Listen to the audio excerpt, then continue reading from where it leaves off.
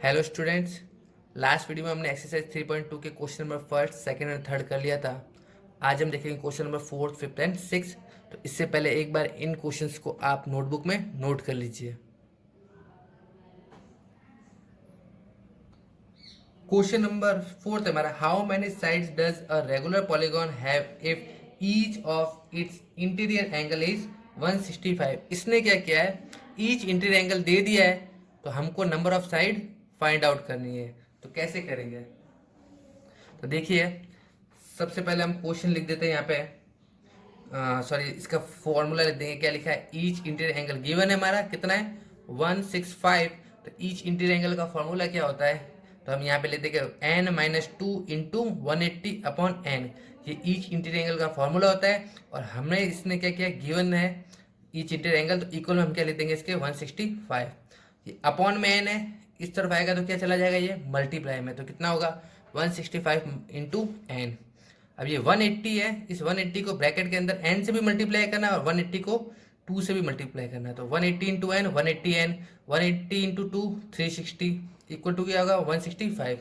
ये इधर प्लस का है, इस तरफ लेके आएंगे तो 165 किसका होगा? माइनस का। ये 360 यहाँ पे माइनस का था, इसको उस तरफ लेके जाएंगे इक्वल के, तो ये इसका हो जाएगा प्लस का। तो यहाँ पे देखिए 180n माइनस 65 कितना होता है? 15n इक्वल टू कितना होगा? 360। अब देखिए 15 एन, इन दोनों के बीच में क्या रिलेशन है? मल्टीप्लाई का। देखिए यहाँ पे कोई साइन नहीं इनके बीच में, यानी मल्टीप्लाई हो रहा है। मल्टीप्लाई में 15 इस तरफ आएगा इक्वल के, तो क्या हो जाएगा? डिवाइड में। तो 360 को अगर 15 से डिवाइड करेंगे तो आंसर आएगा हमारा 24। आगे क्वेश्चन नंबर फिफ्थ है, इसके दो पार्ट किए हुए। तो पहला क्वेश्चन है हमारा, it is possible to have a regular polygon with measure of each exterior angle is as 22। क्या ऐसा कोई रेगुलर पॉलीगॉन हो सकता है जिसका ईच एक्सटीरियर एंगल कितना हो? 22 डिग्री का हो। तो हम क्या करेंगे यहाँ पे, सबसे पहले जो ईच एक्सटीरियर एंगल का बोल रहा है, तो हम यहाँ पे इसका फॉर्मूला लेते हैं। क्या होता है ईच एक्सटीरियर एंगल?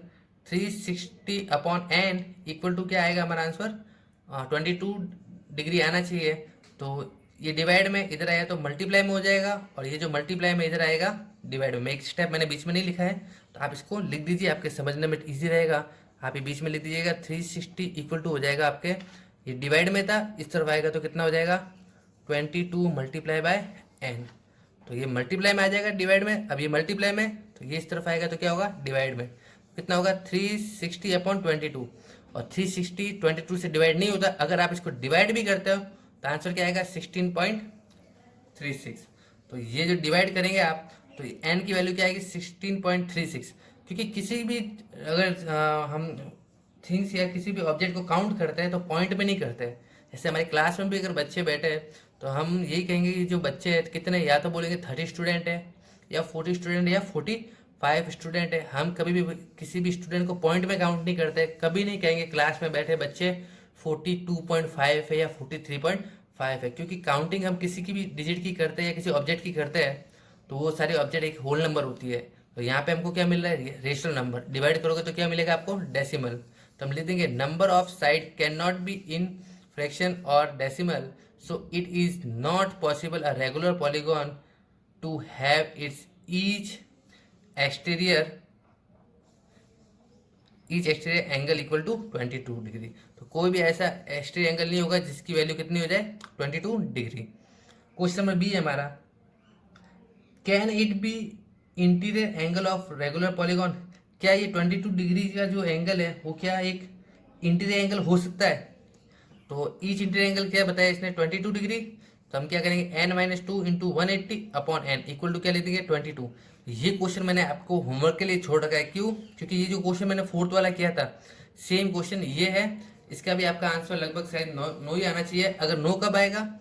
जब यहाँ पे आपका या तो फ्रैक्शन रह जाए और डिवाइड करने पे आपका क्या है? डेसिमल में आंसर आ जाए, तो आप बोल सकते हो कि ये एक रेगुलर पॉलीगॉन नहीं हो सकता। ओके। क्वेश्चन नंबर 6 है, what is the minimum interior angle possible for a regular polygon. ये पूछ रहा है कि किसी भी रेगुलर पॉलीगॉन का मिनिमम इंटीरियर एंगल क्या हो सकता है। जब रेगुलर पॉलीगॉन की बात कर रहे हैं यानी इसकी सारी साइड इक्वल होगी, सारी साइड इक्वल होगी तो इसके सारे एंगल भी इक्वल होंगे। तो मिनिमम के लिए हमें ध्यान रखना होगा, मिनिमम इंटीरियर एंगल के लिए ज़रूरी है कि जो नंबर ऑफ साइड है वो भी मिनिमम हो। तो हम जानते हैं मिनिमम नंबर ऑफ साइड एक रेगुलर पॉलीगॉन की कितनी होती है, 3 होती है। ट्राइंगल एक सबसे कम साइड का जो क्या होता है, एक पॉलीगॉन होता है। अगर 3 साइड से कम साइड लोगे तो कोई पॉलीगॉन नहीं बनेगा। तो मिनिमम नंबर ऑफ साइड क्या होगा पॉलीगॉन का, 3। तो हम each interior angle find out कर लेंगे, n-2 इंटू 180/n, ये इसका फॉर्मूला होता है। n की जगह 3 लिख दे, 3-2 इंटू 180/3। तो 3-2 कितना होता है, 1। तो 180 जो है, इसको यहाँ पे मल्टीप्लाई का साइन लिख दीजिए, 180/3, 3 से इसको डिवाइड कीजिए, कितने बार जाएगा, 60। यानी आपका each minimum each interior angle कितना होगा, 60 डिग्री, किसी भी रेगुलर पॉलीगॉन का, इससे कम एंगल नहीं होगा। अब नेक्स्ट क्वेश्चन से पूछा है what is the maximum exterior angle possible for a regular polygon. तो रेगुलर पॉलीगॉन के लिए एक्सटीरियर एंगल क्या होना चाहिए, ज़्यादा से ज़्यादा। तो देखिए इसका ईच एक्सटीरियर एंगल का फॉर्मूला क्या होता है, 360/n होता है। तो सीधी सी बात है, n की वैल्यू अगर हम बड़ी ले लेते हैं, जैसे n की वैल्यू अगर हम ले लेते हैं 8, तो क्या होगा, ये डिवाइड करो, यहाँ पे कितनी बार जाएगा, 8 4 जा 32, पीछे बचा 4 45। और इससे बड़ी लेते हैं, चलो यहाँ पे लिख देते हैं अपॉन में 12, 360 में डिवाइड कीजिए, तो कितना होगा ये 30 टाइम। तो देखिए जैसे जैसे अगर अपॉन की डिजिट बड़ी होगी तो एक्सटीरियर एंगल क्या होगा, छोटा होता जाएगा। यानी हमें क्या करना है, अपॉन में जो एन है ना, इसकी छोटी से छोटी वैल्यू लेनी है। क्यों, देखिए यहाँ पे 8 रखा था तब तो 45 आया मैग, और अगर आप इसकी वैल्यू और बढ़ा देंगे तो क्या होगा, 30 आएगा। मतलब नीचे अपॉन में जैसे जैसे वैल्यू बढ़ेगी और ये आपका ईच एक्सटीरियर एंगल क्या होगा, छोटा बनता रहेगा। तो सबसे छोटी वैल्यू हमको यहाँ पे अपॉन में रखनी है। तो हम जानते हैं किसी भी रेगुलर पॉलीगॉन है उसकी मिनिमम साइड कितनी हो सकती है, 3। तो 3 से डिवाइड करेंगे इसको तो कितना आएगा, 120। ये आपका आंसर रहेगा।